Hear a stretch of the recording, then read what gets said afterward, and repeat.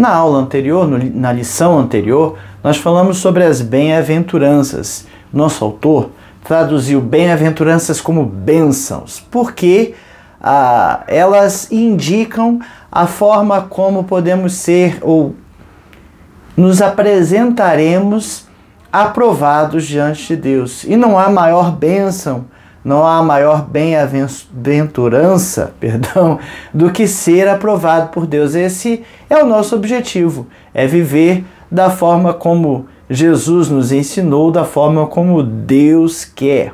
E agora, nessa lição, na sequência do sermão, Jesus vem apresentando a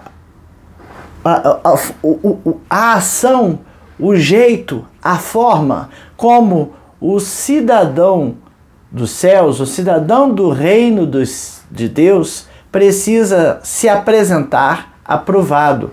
E ele usa 3 ilustrações para falar isso aí do sal, da luz e da cidade no monte, mostrando que a gente precisa viver as bem-aventuranças, a gente precisa viver o jeito do reino de Deus, mas a gente não pode viver isso de uma forma escondida. Eu não posso viver isso em secreto.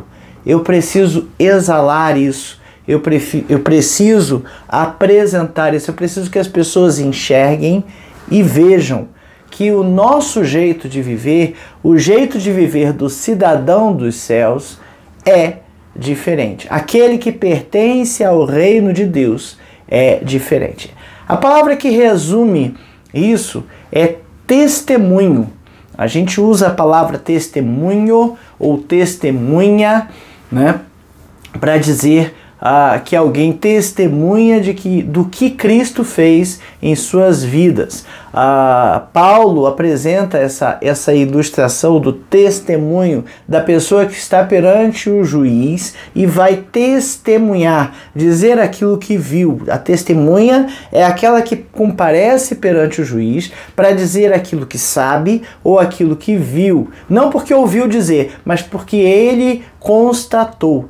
E nós precisamos ser testemunhas de Cristo. Nós precisamos testemunhar do amor de Deus. Precisamos testemunhar que somos cidadãos do reino. E como cidadãos do reino, vivemos de forma diferente. Não nos conformamos com a forma do mundo. Não agimos do mesmo jeito que o mundo age. Por isso, somos diferentes. Não somos diferentes porque queremos ser diferentes. Longe de nós. Nós somos diferentes porque pertencemos a um reino cujos conceitos, cuja ética, cuja moral é diferente. E por ser diferente, nós acabamos nos sobressaindo, nos diferenciando, contrastando é a melhor palavra. Nós acabamos nos contrastando com as coisas do mundo. O mundo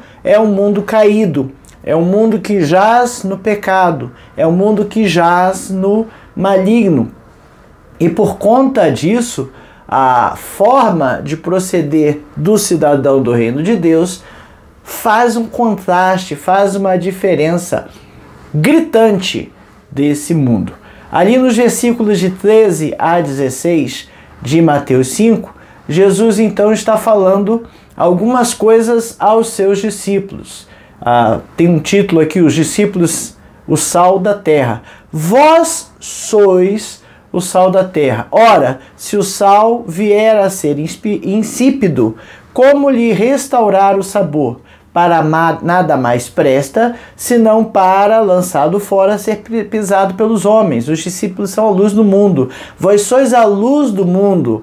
Não se pode esconder a cidade edificada sobre um monte, nem se acende uma candeia para colocá-la debaixo do alqueire, mas no velador, e alumia a todos os que se encontram na casa. Assim brilhe também a vossa luz diante dos homens, para que vejam as vossas boas obras e glorifiquem a vosso Pai que está nos céus. Então Jesus usa estas duas expressões, o sal, a luz como sendo a luz do mundo, uma vela, uma candeia acesa, e a luz de uma cidade. Uma cidade edificada sobre o monte, à noite ela está iluminada, e por estar iluminada, ela não pode ser escondida, ocultada. De longe você vê pontos de luz. Se você estiver viajando pela estrada, você percebe quando você está longe de uma cidade e quando você está se aproximando de uma cidade à noite. Claro, durante o dia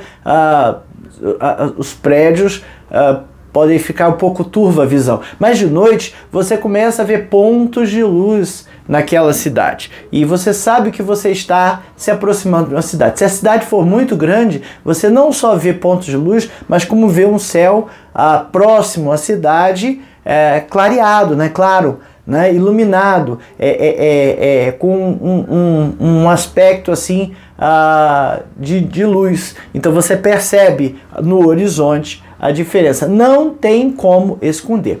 Perceba que Jesus está falando na segunda pessoa do plural. Eu, tu, ele, nós, vós. Ter segunda pessoa do plural. Vocês são. O que Jesus está fazendo é dizendo o que eles têm que ser. Eles quem? Nós. Vós, Jesus falando para nós, discípulos de Cristo. Os discípulos de Cristo são sal da terra, os discípulos de Cristo são luz do mundo. Ele está impondo, ele está dizendo, ele está atribuindo uma responsabilidade a nós. Vós sois, e se não iluminar, e se não salgar, não serve para nada. Jesus está ensinando aos seus discípulos. Lembra, lá no início de Mateus 5, Jesus, assentando-se, começou a ensinar os seus discípulos. Ok?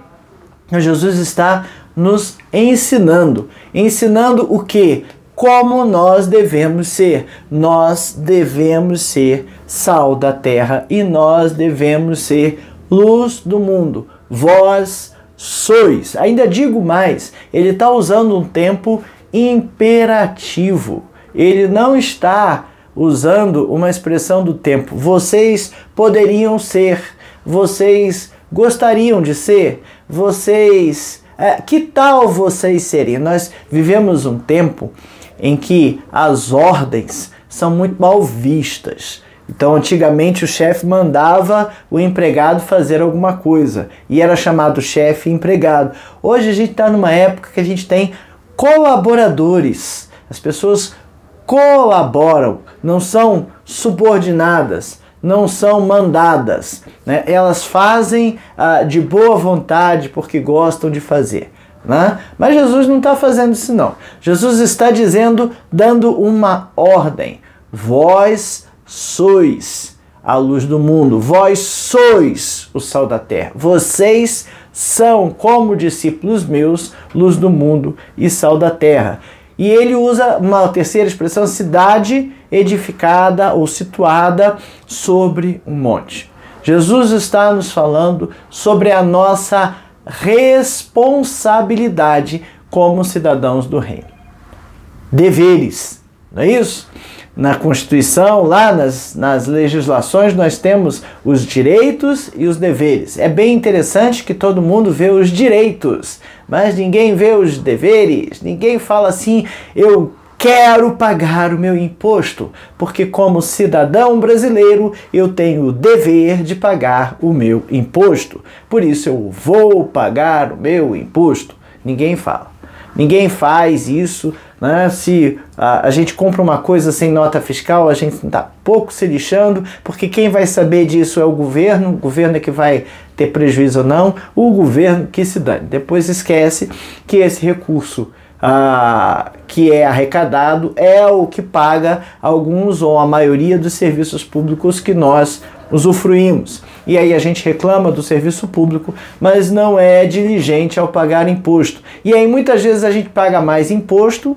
Por quê? Porque se não arrecada, tem que aumentar o imposto. E para arrecadar, todo mundo tem que pagar o imposto, é dever. E como cidadão nós temos que ter orgulho de fazer os nossos, de cumprir com os nossos deveres. Eu quero fazer o que eu tenho que fazer. Jesus está dizendo que, como cidadão dos céus, nós temos deveres. E os nossos deveres são ser sal e ser luz.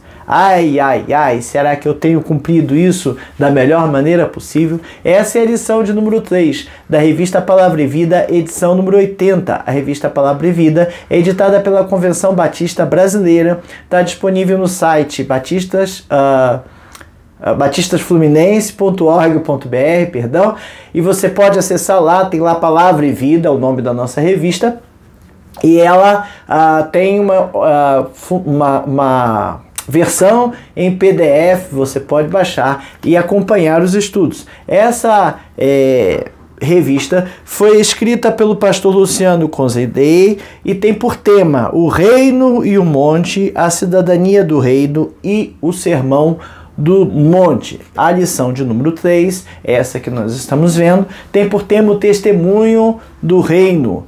O testemunho do reino. E nosso texto básico é Mateus 5, de 13 a 16, justamente onde eu li para vocês, que diz que nós somos sal da terra, luz do mundo, não se pode acender a luz e colocar debaixo do alqueire, e sim no velador, é o que deve se fazer. Não se pode esconder uma cidade situada no monte, ou edificada no monte, e o sal deve salgar. Bom, primeiro tópico da nossa lição fala o ministério do povo cristão. Lembrando que ministério é serviço, é aquilo que a gente tem que fazer, é o nosso serviço. O nosso ministério, enquanto cristãos, é servir a Deus. O ministério de serviço no reino de Deus pertence àqueles que são do reino de Deus, ao povo de Cristo. E esse povo de Cristo, o nosso autor nos lembra algumas coisas muito interessantes e importantes. Nós somos remidos. O que é remidos? Nós fomos arrancados com raiz e tudo. Ali você já experimentou tirar a graminha ou o matinho que nasce no quintal? Às vezes a grama tá bonita, mas nasce os matinhos. Aí você vai lá e tira o matinho, passa 2, 3 semanas, está chovendo, o matinho cresce de novo. Se você não arrancar ele com raiz e tudo, ele cresce de novo. Mas nós fomos remidos, nós fomos arrancados do pecado com raiz em tudo, remidos, resgatados, libertos do cativeiro e justificados. Efésios 1, 7, no qual temos a redenção, rendido, redenção, nós fomos redimidos pelo sangue, a remissão dos pecados, segundo a riqueza da sua graça. Pela graça de Deus, nós fomos salvos, porque não tínhamos condições de fazer nada para nos salvar. E por isso nós fomos remidos e redimidos. Nós fomos resgatados e os nossos pecados foram apagados, ok? Porque não tínhamos condições de fazer nada para nos salvar. E para ser redimido, para ser liberto de um cativeiro, alguém precisa ir lá e tirar esta pessoa. O cativeiro como a gente chama, a escravidão como a gente chama, aqui no Brasil a gente viveu um tempo de escravidão, nós não vivemos agora, mas tivemos, né? Viveu, parece que eu vivi há 500 anos atrás, há 300 anos atrás, né? Mas nós tivemos aqui no Brasil uma época de escravidão, e sabia-se que para que o escravo fosse livre, liberto, ele tinha que pagar por uma carta de alforria. Nos Estados Unidos também era assim. E esta carta era um documento que a pessoa tinha que ter junto consigo o tempo todo. E se perdesse, perdia a liberdade, porque alguém poderia escravizá-lo de novo, né? Nós fomos pagos, nós fomos pagos, né? Nós fomos redimidos. A nossa alforria foi paga, e foi paga pelo sangue de Jesus.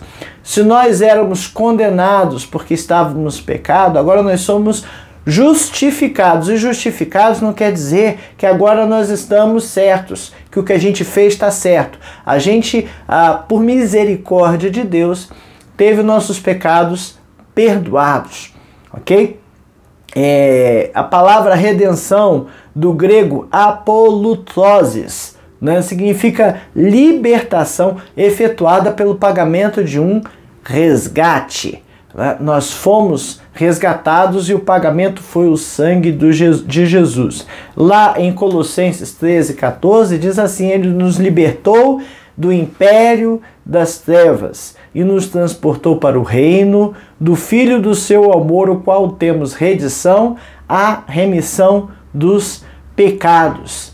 Se somos filhos de Deus, se somos salvos, se aceitamos a salvação, não estamos mais escravizados pelo império das trevas. Olha que legal, o nosso autor aqui pegou palavra por palavra desse texto e ressaltou uns aspectos muito interessantes. Veja, ele nos tirou, ele nos resgatou do perigo, ele nos livrou. Havia um perigo, há perigo sim, de morte eterna. Ele nos libertou. Jesus nos libertou. Libertou do que? Do império. Império aqui em algumas outras versões, potestades, né? Reino. O reino é alguém que tem um poder. O rei manda. O rei, ele reina em uma determinada área, em determinado reino, uma determinada circunstância, e o que ele fala é decreto. E nós estávamos no reino, no império das trevas. A gente vê aqueles filmes lá, não? Alguns filmes de ficção aparecem com reinos, com impérios. Então a gente vê lá no Star Wars, né, na Guerra nas Estrelas, lá o império, né, o império contra-ataca, um dos episódios, porque é o império e tem lá o Senhor das Trevas, Darth Vader, que é o imperador das trevas, da sombra. Que coisa horrível, né? Que imagem terrível. E ele tem poder sobre aqueles que estão debaixo da sua tutela, e ele empreende uma guerra para conquistar outros mundos e imperar, né? Então, Deus nos tirou do império das trevas, esse império que tinha poder sobre nós, porque nós estávamos escravizados. Ele nos tirou, ele nos resgatou, ele nos arrancou de lá de dentro, ele pagou o nosso resgate, né? E trevas, escuridão. Escuridão, pessoas em condição de escuridão é aquela que não vê nada, aquela que não tem rumo.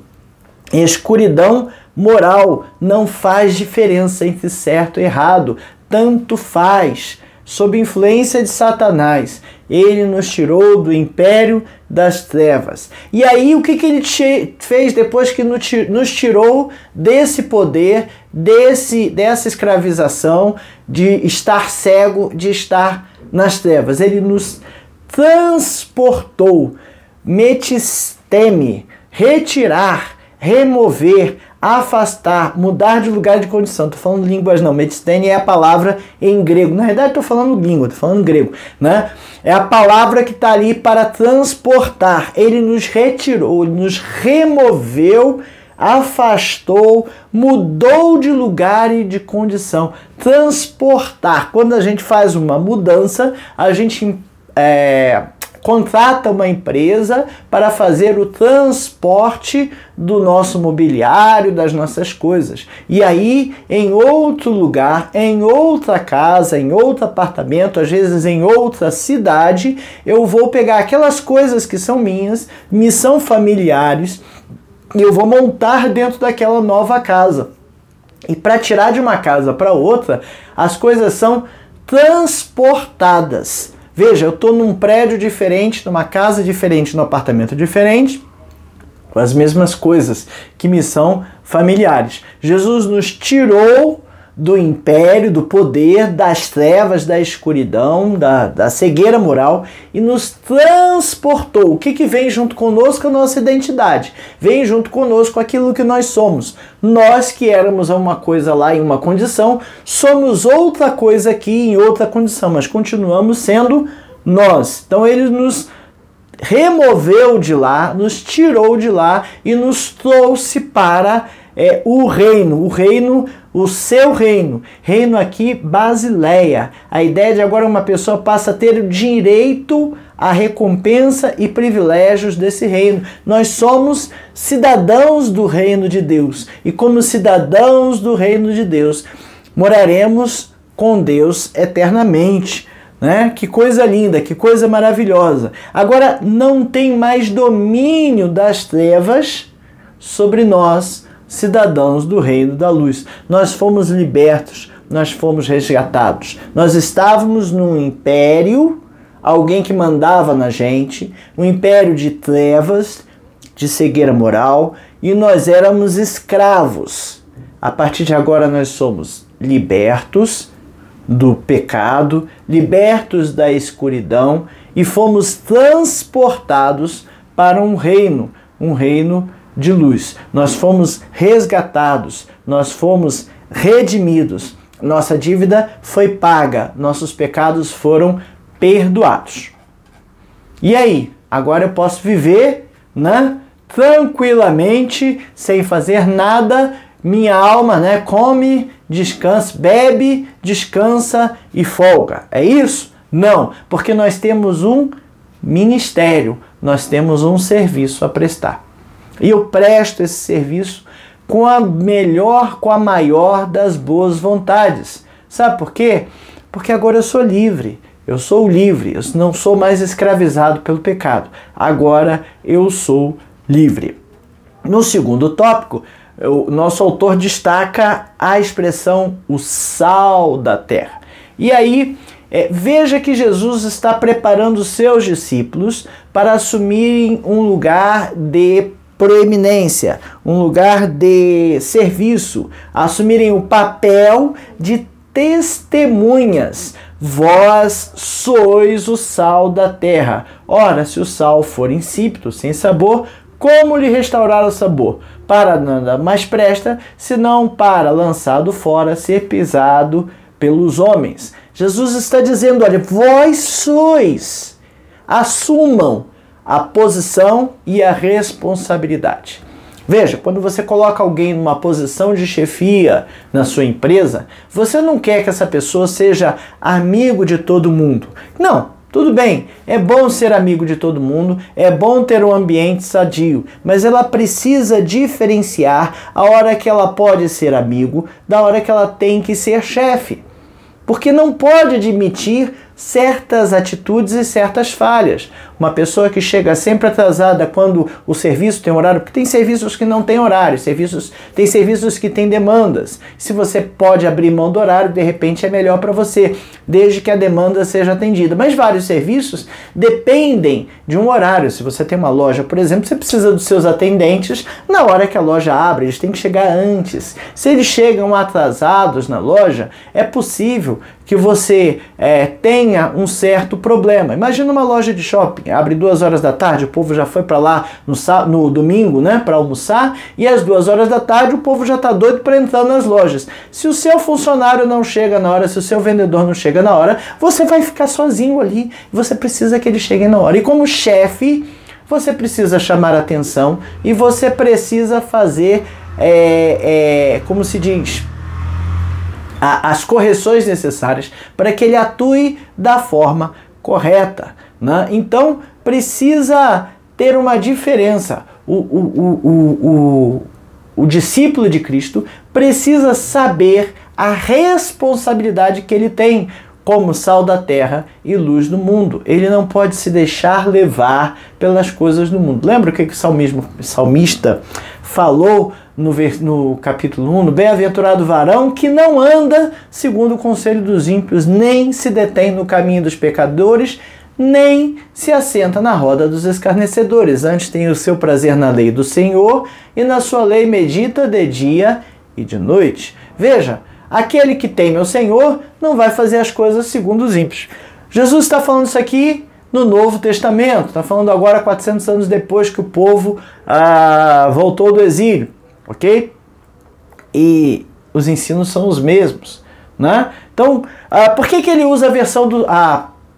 versão não, a ilustração do sal. O sal na antiguidade, ele era usado sim para dar sabor às comidas, ok? Essa é uma função que a gente conhece muito bem, mas ele também era usado para preservação de alimentos. Não tinha geladeira na época, então não tinha a opção de eu caçar um animal e congelar a sua carne para ir consumindo. Não tinha essa opção. O que eu tinha que fazer? Eu tinha que salgar. E aí, salgado, eu não preciso refrigerar, porque o sal, ele sim vai preservar o alimento. A gente, aqui no sul do Brasil, teve uma época que teve uma guerra do charco. Não, o que era o charco? Charco era charque. Agora eu fiquei na dúvida se era charco ou charque. Era carne salgada, né? Aqui no Brasil a gente chama de carne de sol. A carne que é salgada e, sendo salgada, ela não apodrece. Tá, tudo bem, tem que dessalgar para cozinhar. Mas era o jeito que se tinha para preservar o alimento, ok? Então o sal tinha esta função de preservar, de combater a podridão, de combater a degradação, né? Além disso, o sal já era usado e é usado até hoje para ressaltar o sabor, né? A gente vê que normalmente as pessoas dizem que a comida está salgada, normalmente as pessoas dizem que a comida está saborosa, né? O elogio é: a comida está gostosa. E a reclamação: esta comida está salgada ou esta comida está sem sal. Não é isso? Ninguém fala que não está saborosa, né? Ou diz assim: olha, como o sal realçou o sabor desta comida de forma magnífica. Você acertou, né, a quantidade de sal exata para colocar nesta comida. Esses dias eu tenho cozinhado. Tenho tido que cozinhar, porque minha esposa fez uma cirurgia e precisou parar de mover os braços por um tempo. Eu tive que assumir a cozinha. Não sabia cozinhar, mas a gente vai aprendendo, né? E o perigo é ser elogiado, né, quando a gente cozinha, porque depois a gente não para mais de fazer aquilo ali, né? Mas enfim, a gente vê que às vezes a gente bota sal demais, às vezes bota sal de menos, e quando acerta do sal, ninguém fala do sal. Fala que a comida está gostosa, a comida está boa, a comida está boa, está... Não, a comida está salgada. Aí vai, cadê o sal, né? Faltou o sal. Então veja que o sal é utilizado para realçar o sabor, mas o sal não é elogiado, não. O que é elogiado é o sabor. Então veja que Jesus está usando esses dois sentidos. Que se ele perder a sua propriedade, por que o sal perderia a propriedade? O sal que a gente compra é o sal de cozinha, o cloreto de sódio, o sal que é retirado do mar. O sal que é retirado do mar, né, como já falei, cloreto de sódio, é a composição dele. E esse sal não perde as suas propriedades. Existem outros tipos de sais que salgam as comidas, tá? Então, se você for ver no refrigerante, ele tem muito sal mineral, né? Sal mineral não é necessariamente sal de cozinha, podem ser outros minerais que são colocados ali no refrigerante. Agora, Jesus está falando do sal e provavelmente ou possivelmente a referência que ele tinha era o sal do Mar Morto. O Mar Morto é um mar extremamente salgado. Porém, o sal que tem lá não é o sal que existe na nossa cozinha. Não é o sal de cozinha. Pesquisando aqui na internet, esqueci de copiar a referência, mas se você colocar a composição do sal do Mar Morto, você vê que lá aparece cátions de magnésio, sódio, cálcio, potássio, ânions de cloreto e brometo. Então, tem, além do cloreto, né, do cloro, que é quando ele perde elétrons, né, vem cloreto para se combinar com sódio, para fazer... Enfim, quando do cloro, né, do cloreto, além do cloreto e do sódio, que é o sal de cozinha, tem magnésio, potássio, cálcio e brometo, outros componentes químicos, ok? Então, o sal do Mar Morto, ele é diferente. Por quê? Por causa da composição química. O Mar Morto, se você for olhar, na realidade ele é um lago, ele não é um mar. A gente chama de mar quando está ligado aos oceanos, quando tem ligação com os oceanos.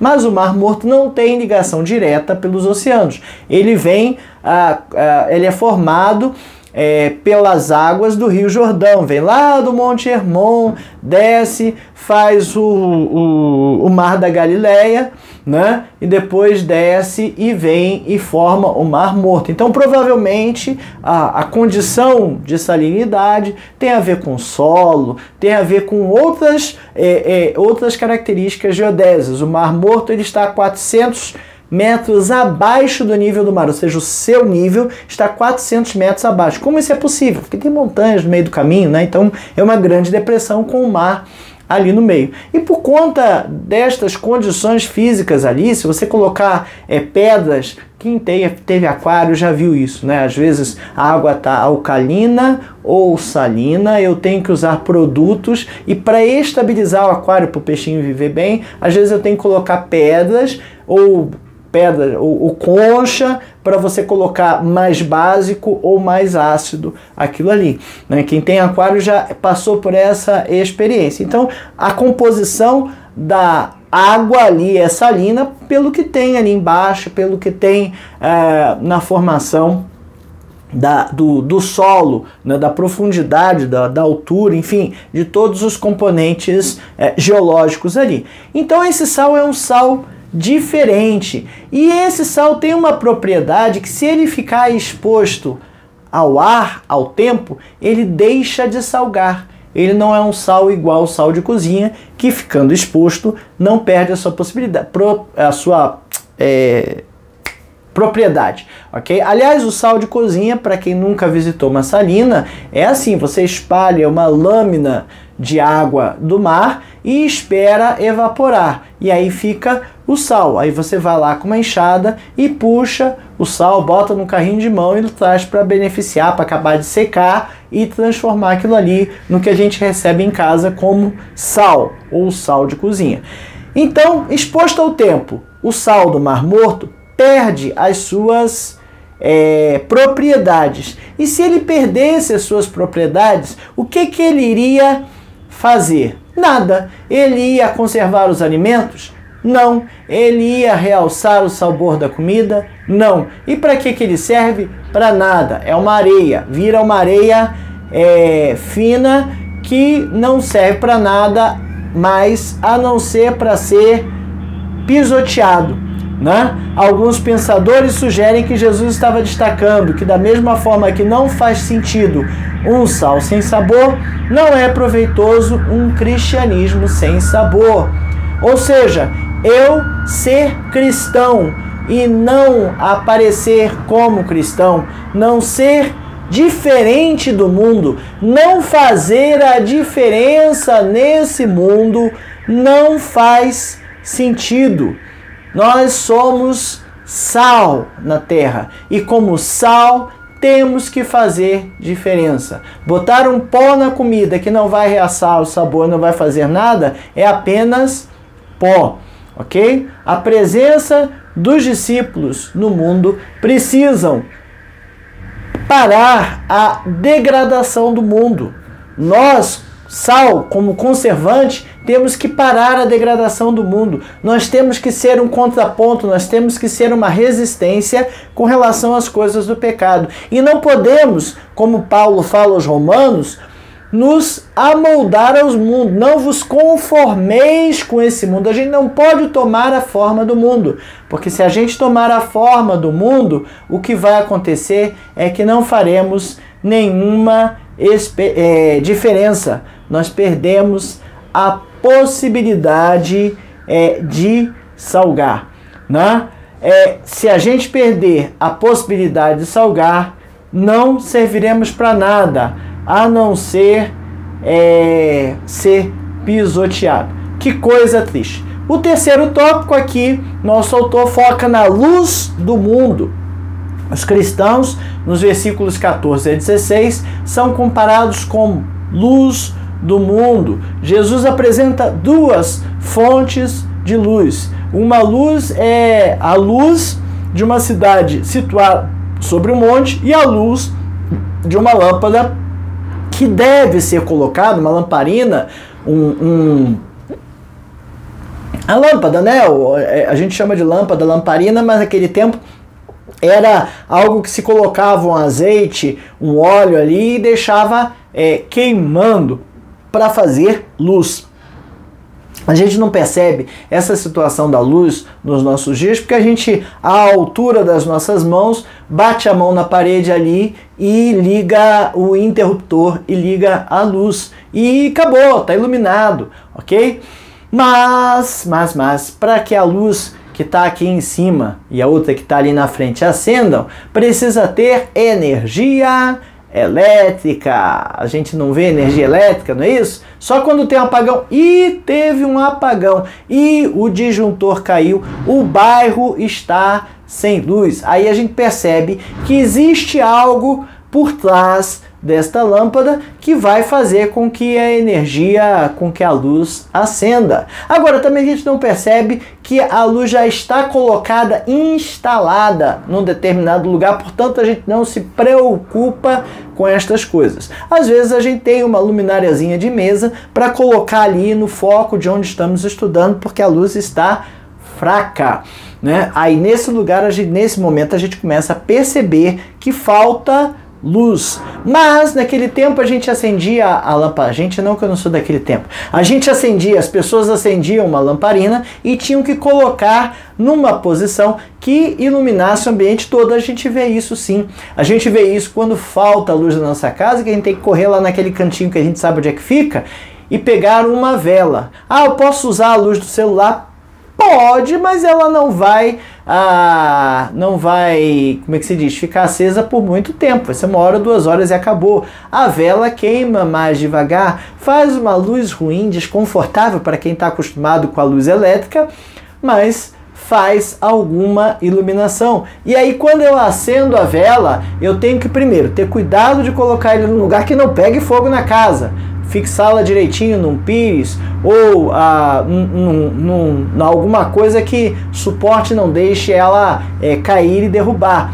E eu preciso colocá-la em um lugar em que ilumine o ambiente onde eu estou colocando.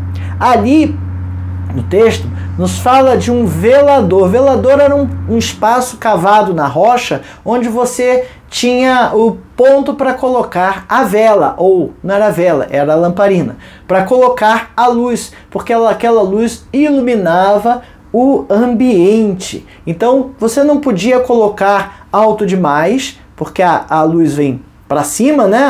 O fogo vai para cima, então, e não iria iluminar direito, e nem baixo demais, porque você não consegue ver as coisas que estão na altura dos seus olhos. Então você tinha um local correto para que essa luz estivesse. E ele fala também que não se coloca debaixo do alqueire. O alqueire era uma medida, né? Como se fosse um cesto de medida de grãos. Então é como se fosse uma bacia, um cesto, em que você media uma quantidade de grãos, ok? E você não coloca uma vela ou uma lâmpada debaixo de um cesto. Você não coloca um cesto em cima da lâmpada. Por quê? Porque vai fazer sombra, porque não vai deixar a luz passar, porque vai bloquear a luz. Você não acende uma lâmpada para esconder. Você acende uma lâmpada, acende uma vela para iluminar. Ah, tem aquele negócio de iluminação indireta, não sei das quantas. Eu uso cortina com blackout para tirar a iluminação do sol, porque eu quero dormir, porque eu quero fazer escuro. Mas quando eu preciso de luz, eu tiro a cortina, ok? Então eu não coloco a lâmpada no chão para iluminar o ambiente todo. Tem um determinado lugar, uma determinada posição que a lâmpada precisa estar para que ela surta o seu efeito, para que ela de fato ilumine. É um local estratégico, olha que legal, que a luz precisa estar para que ela se propague e alcance todos os cantos daquele cômodo. O que Jesus está dizendo para os seus discípulos é que eles são luz. Por serem cidadãos do reino dos céus, eles são luz e eles não podem estar debaixo do alqueire, não podem estar escondidos, eles não podem estar mal posicionados, eles têm que estar na posição certa, no lugar certo, para que a luz ilumine todo o ambiente. Olha que interessante, sem Cristo somos comparados a lâmpadas apagadas. Cristo é a luz em nós que nos possibilita iluminar. Eu lembro João 8,12, Jesus, a luz do mundo. De novo lhes falava Jesus dizendo, eu sou a luz do mundo. Quem me segue não andará nas trevas.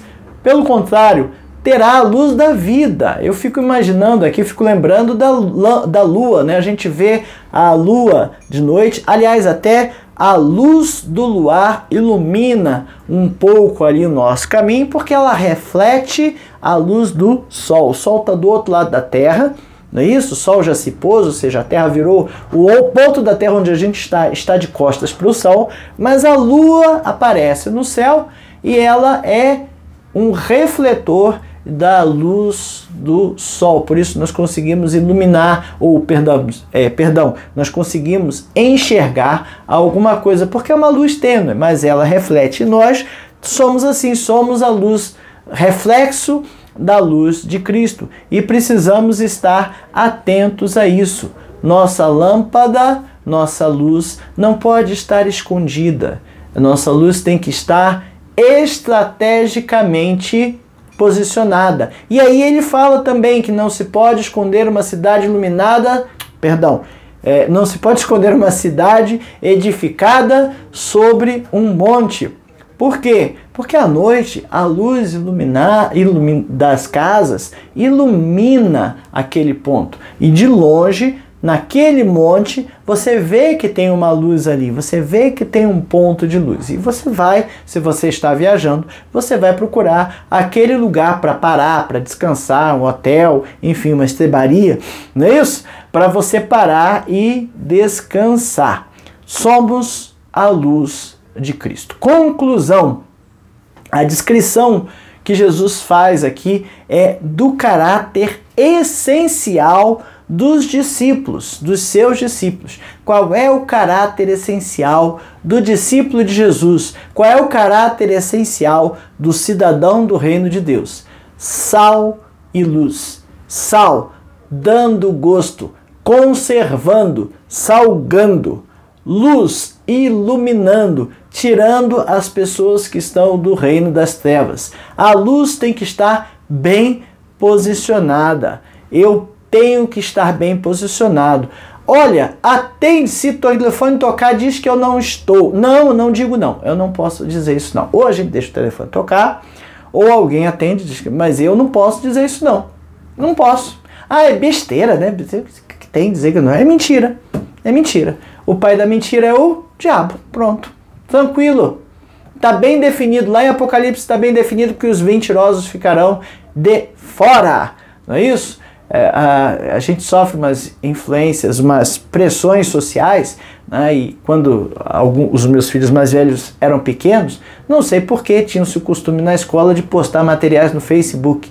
E os professores faziam isso, só tinha um problema, o Facebook, cumprindo a legislação americana, tinha uma exigência de 13 anos para ter conta no Facebook. E aí os filhos queriam fazer as contas no Facebook. Eu falei, não pode fazer, deixa que o papai faz, a mamãe faz e a gente entra.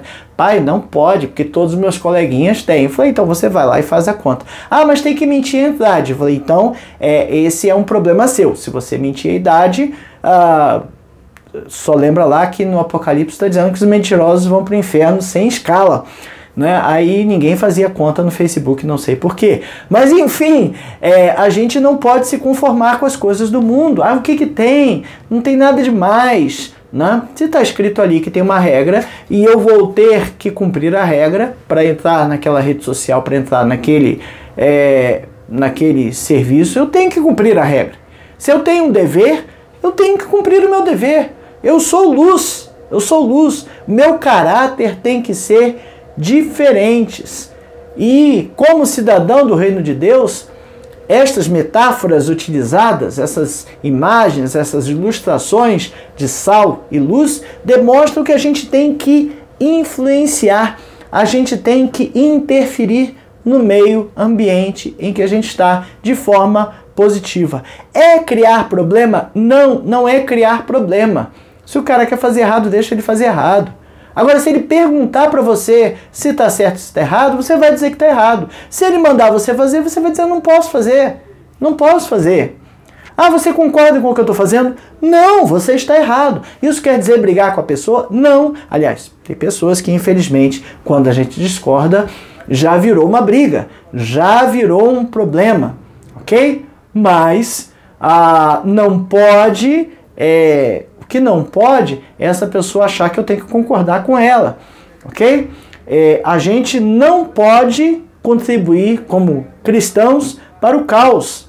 Eu não posso ser agente de propagação do caos. Onde tem problema, eu tenho que ser a solução. Onde tem discórdia, eu tenho que ser a conciliação. Onde alguém está irritado, eu tenho que ser a calma.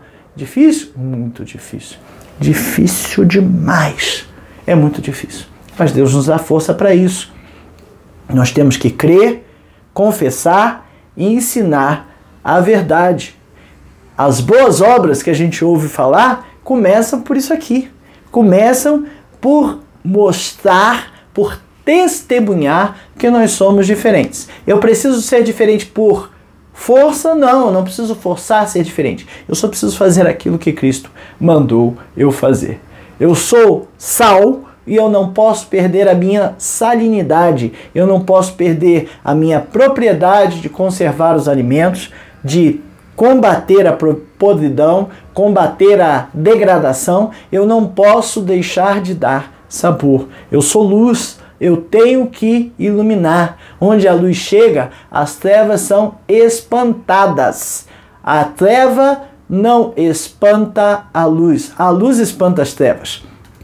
A condição que nós temos é com luz ou sem luz. E quando não tem luz, tem trevas. Não é com trevas e sem trevas, e quando não tem trevas, tem luz. Não é essa a posição. A posição é quando eu acendo a luz, as trevas se dissipam. Nós somos luz e temos que dissipar as trevas. Se a gente não fizer assim, ou se a gente esconder as nossas propriedades de luz, né, nós estamos errados. Não podemos fazer isso, né? Não devemos nos vangloriar desta diferença. Eu sou sal, eu sou luz, eu estou certo e você está errado.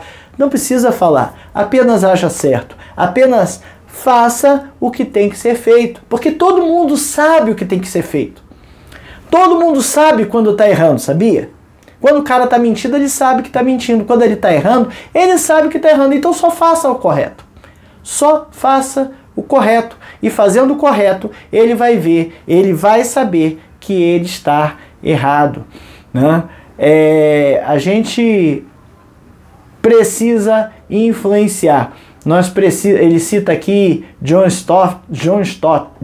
Stott, né? Refugiar-se no invisível é uma negação do chamado. Eu não posso me esconder, né? Eu não posso ser o crente 007, né? Aquele que ninguém sabe que... Ah, você é crente? Que coisa triste, né? Pregar o evangelho e auxiliar as pessoas é como esfregar o sal nas feridas causadas pelo pecado. Olha aqui, que imagem bonita. A metáfora do sal e da luz estão interligados e tem que fazer parte do nosso caráter. Para pensar e agir. Fomos remidos, resgatados pelo sangue de Jesus, libertos do pecado e para vivermos para a glória de Deus. E viver para a glória de Deus quer dizer viver dentro deste perfil, dentro deste testemunho. Somos chamados a testemunhar, a fazer as coisas certas, ser sal e ser luz. Será que tem alguma coisa na minha vida que eu precise melhorar? Será que tem alguma coisa na minha vida que não está sendo muito sal, muita luz? Será que eu tenho me deixado levar por piadas, por anedotas indecentes, por coisas que não agradam a Deus? Mentirinha, não tem problema não. Pega nada. Precisamos melhorar. Integridade, integridade do sal, integridade da luz. A minha integridade, ela abençoa e a falta dela ajuda a deteriorar o mundo. A minha integridade é como o sal que combate a podridão, né, que combate a degradação do alimento, só que a minha falta faz com que ela se propague. Será que a gente tem tido integridade para com essas coisas? Como tem sido o meu testemunho cristão? Não tem que fazer força para testemunhar, não, tem que ser normal. Meu dia a dia. Sem Cristo somos como lâmpadas apagadas. Quanto mais com comunhão com Ele, propagaremos a luz. A gente não tem como ser luz se a gente não estiver perto de Cristo. Cristo falou, se vocês andarem comigo, terão luz. Então a gente tem que andar com Ele para estar iluminando. Precisamos orar, ler a Bíblia, conversar, viver, dando atenção, porque às vezes a gente deixa Deus de lado, né? Dando atenção às coisas de Deus. Comunhão, estar junto de Cristo, né? Será que a minha comunhão precisa de um reforço? Se precisa, oremos a Deus para que Ele nos dê uma maior comunhão com Ele. Sejamos sal da terra e luz do mundo, porque os cidadãos do reino de Deus têm que ser assim. Tem, é obrigação. Vós sois sal e luz. E se o sal não salgar, e se a luz estiver escondida, não serve para nada.